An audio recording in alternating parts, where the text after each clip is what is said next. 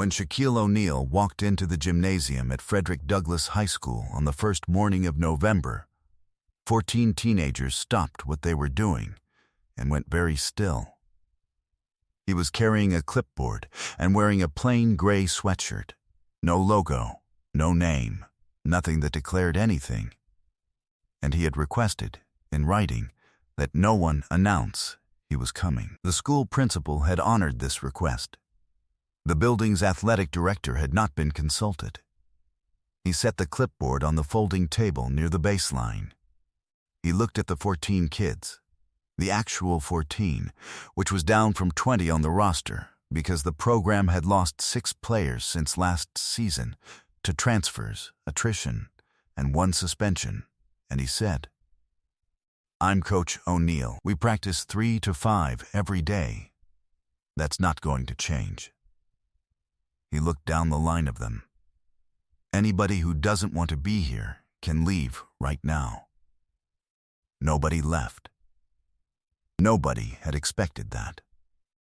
Richard Pruitt came through the gym door 30 seconds later. He was the athletic director, 56, gray at the temples, a man who carried 4 things on his face at once and let none of them fully arrive. He looked at Shaq. He looked at the 14 kids. He said, in a voice that was not pitched quietly, "We appreciate the gesture, Mr. O'Neal. But these kids don't need a hashtag.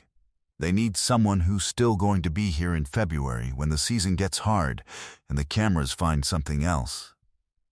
4 championships. $400 million. One of the most recognized faces on earth." He looked at Pruitt. Said nothing. He picked up the clipboard. He turned back to the court. From the top. Let's see what we have. He noticed 4 things in the first 40 minutes of that first practice. The first was the name on the roster. He was moving down the sign-in sheet, calling names. When he reached the 16th line, Webb, Darius, he said it. A lean 16-year-old with his hood still up raised one hand, slowly, like a person who has learned to take up the minimum amount of space. Shaq looked at him for one full moment, filed it, called the next name. The second was the wristband. Darius pulled his hoodie off before layup lines, and on his left wrist was a worn fabric wristband, blue, frayed at one edge. The color of something that had been washed many times over many years. Not new, an old one. The kind a person does not take off. Shaq noticed it the way you notice something, without yet being able to name what it reminds you of. The third was the jersey number. Darius picked up the practice penny from the folding table, number 3, navy blue, and put it on without looking at it, as though the number was simply already his.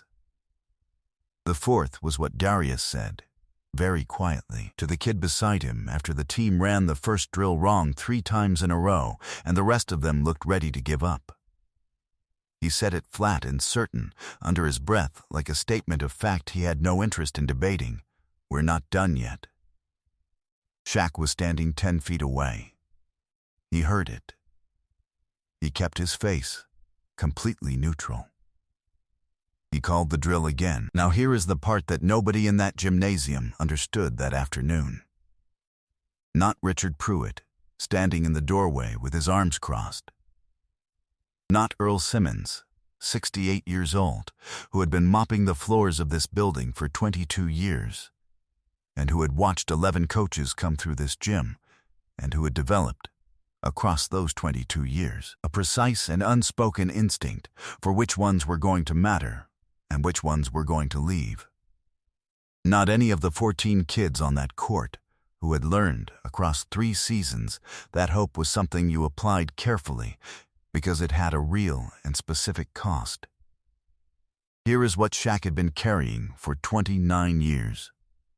Not a trophy, not a record, a face, a voice on a court in Newark in a summer that was hotter than most and longer than it should have been. A friend who played like the game had been invented specifically for him. and who said, every single time things fell apart, 4 words that Shaq had never once stopped hearing. Stay with us for the whole video. You are not going to see this ending coming. He grew up in Newark, New Jersey, on courts that were not designed for someone his size, but that held him anyway, because courts hold whoever shows up.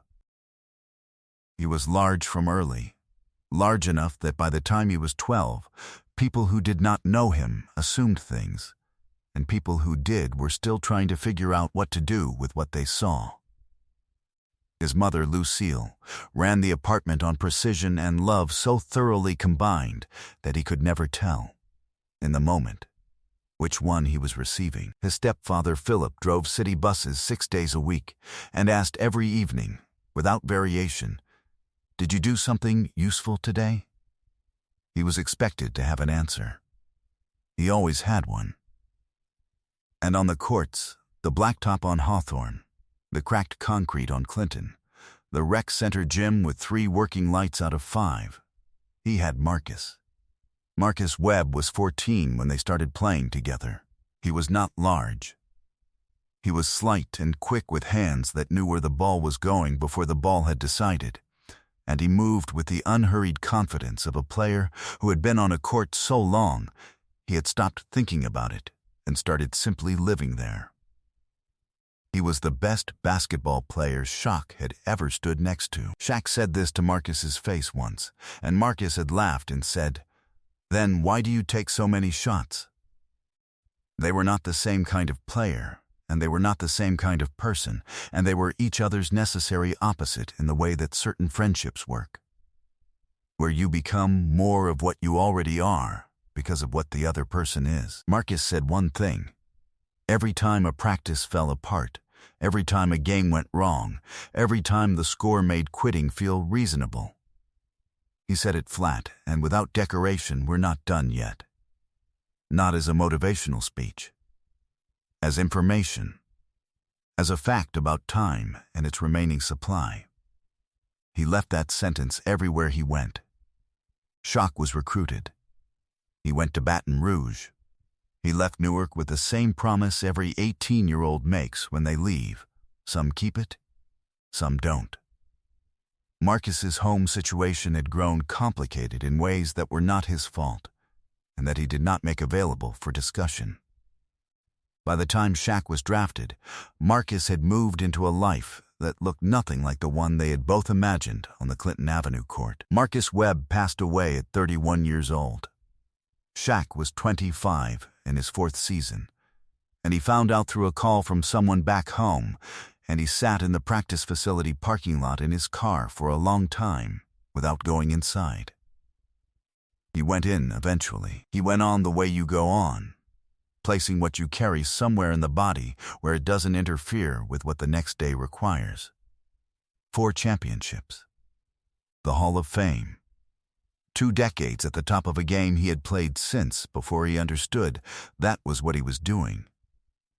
He went on. He carried what he carried. He had a worn blue wristband in the drawer of his desk at home, the one Marcus had put on his wrist before a summer tournament in 1986, and said, "For luck.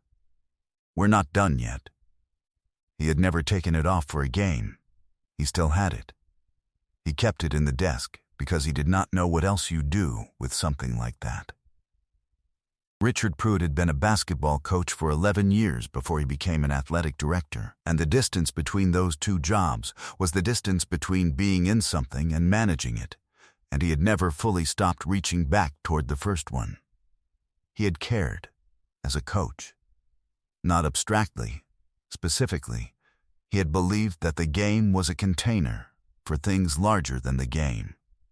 For discipline, for identity, for the particular education of learning that what you do in the present moment is the only thing that matters while you're doing it. He had left coaching for this position because the pay was real and his daughter was starting college and the math was clear.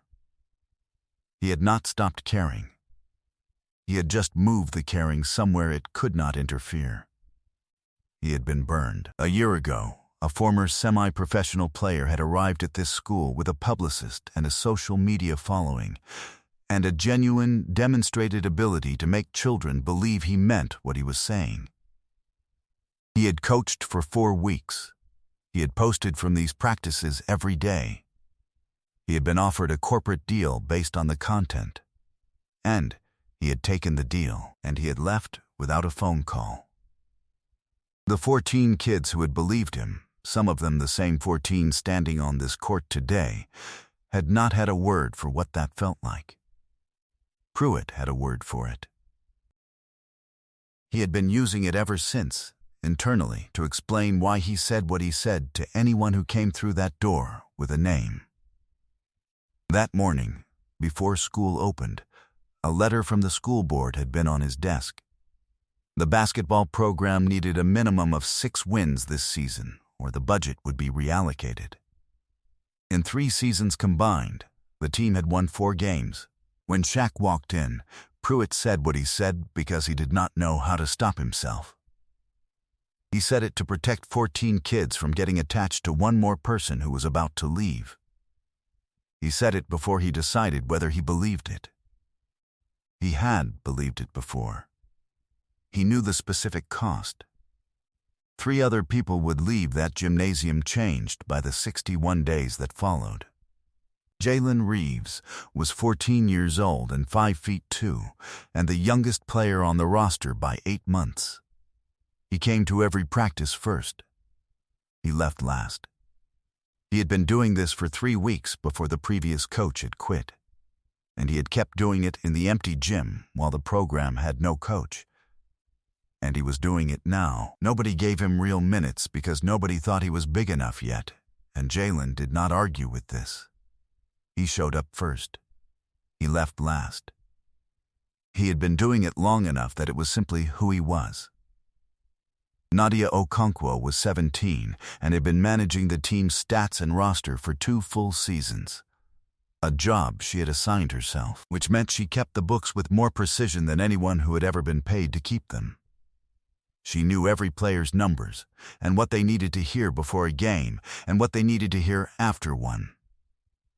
On the 3rd day of practice, she had asked Shaq, without preamble, "Do you actually know how to run a pick and roll?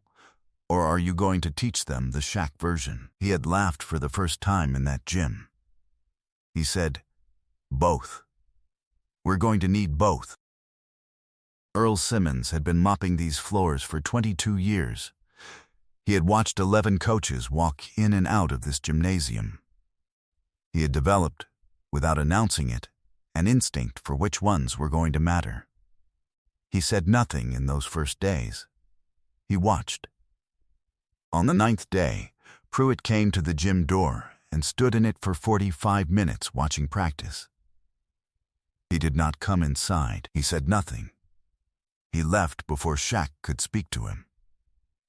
10 days later, a coach named Carver, the head of the district's top-ranked program, a man Pruitt had known for 15 years, came through the building, and Pruitt met him in the hallway with a warmth and ease that had been absent from every interaction in the gym. He laughed at something Carver said. He held the office door. He offered coffee. He spent 20 minutes discussing the other school's championship chances with the full, bright attention of a man who had remembered how to be enthusiastic about basketball. He was back to flat efficiency by the time he walked past the gym. That evening, after the kids had gone home and the lights in the building had been cut, except for the 2 in the gym, Shaq was running a drill sequence alone.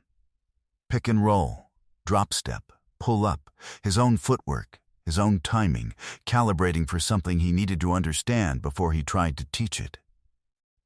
Earl was mopping the far end of the floor. He paused once. He said, without looking up, 11 coaches in this gym. You're the first one I've seen in here after 6. Then he went back to mopping. Shaq kept running the drill. On the 29th day, he sat with the team after practice and told them, not about his career, not about championships, about a court in Newark in the summer of 1987. A friend who moved through a game like water, who had hands that knew where the ball was going before it left anyone's fingertips, who said 4 specific words every time the situation on the court made giving up feel sensible.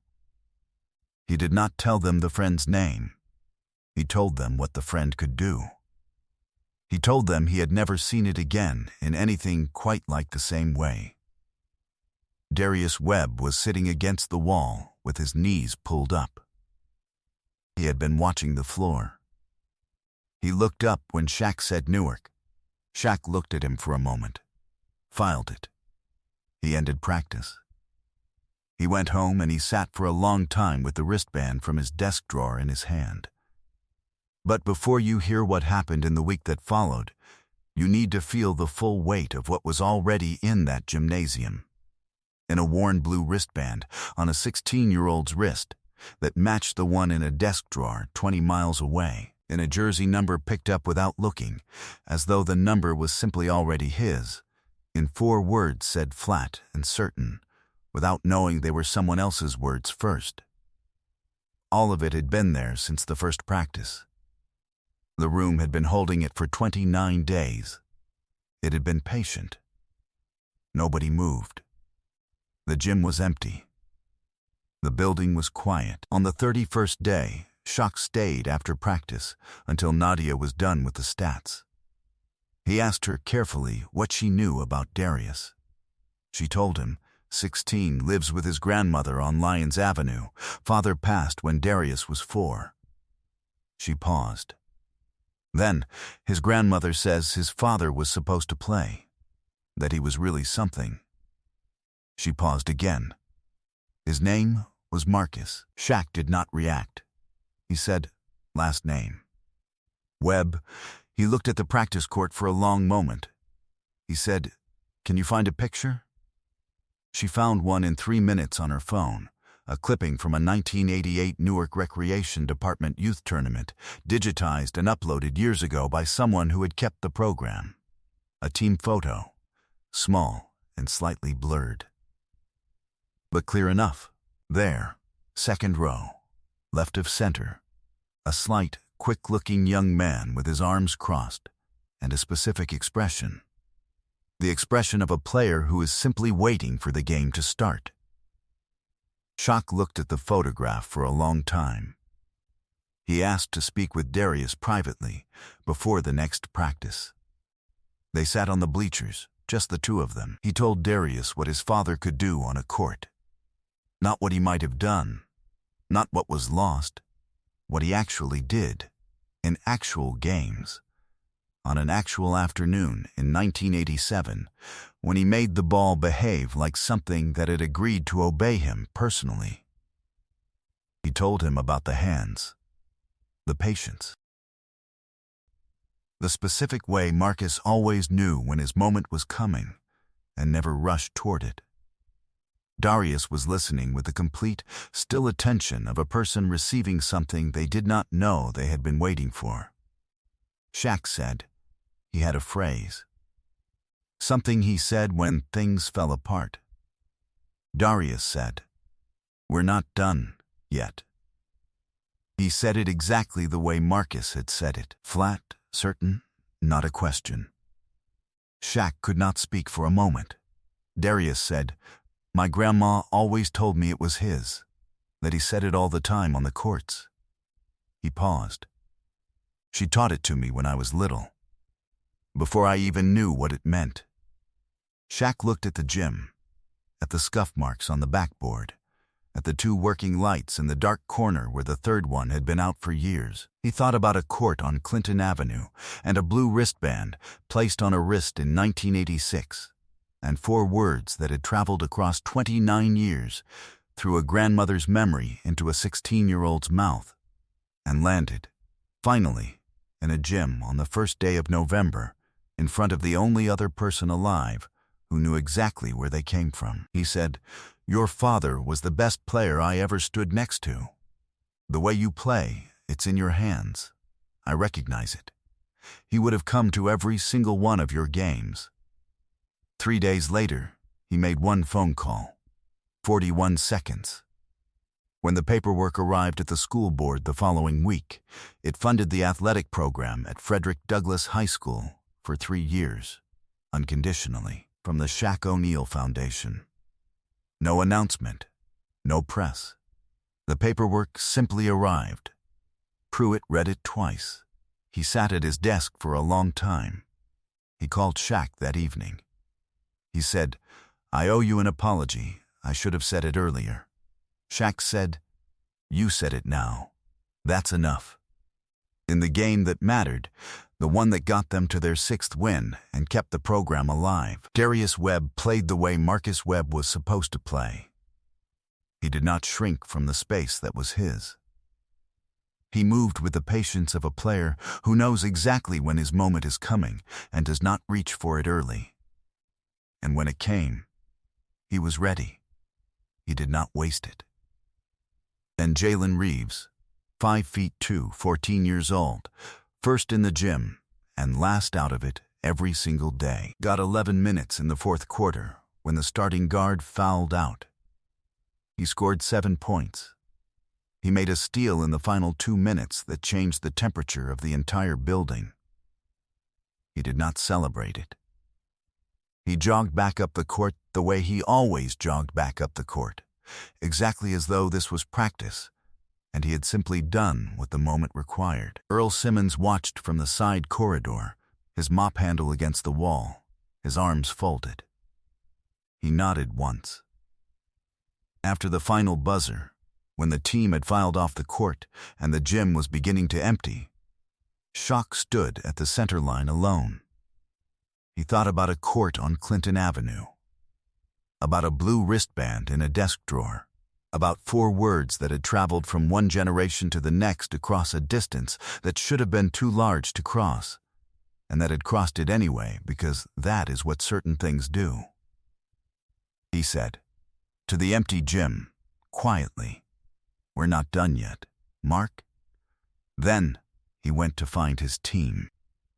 A school athletic director who had learned to protect children by teaching them not to hope, learned that you cannot know who is going to stay until you let them stay long enough to find out. A 17-year-old statistician who had been running the books for 2 seasons without a title proved that showing up for something without being asked is the clearest possible evidence of what a person is actually there for. A 14-year-old who had been first in the gym and last out of it every single day for 8 months learned that this, by itself, and without further explanation, is its own complete and serious form of talent.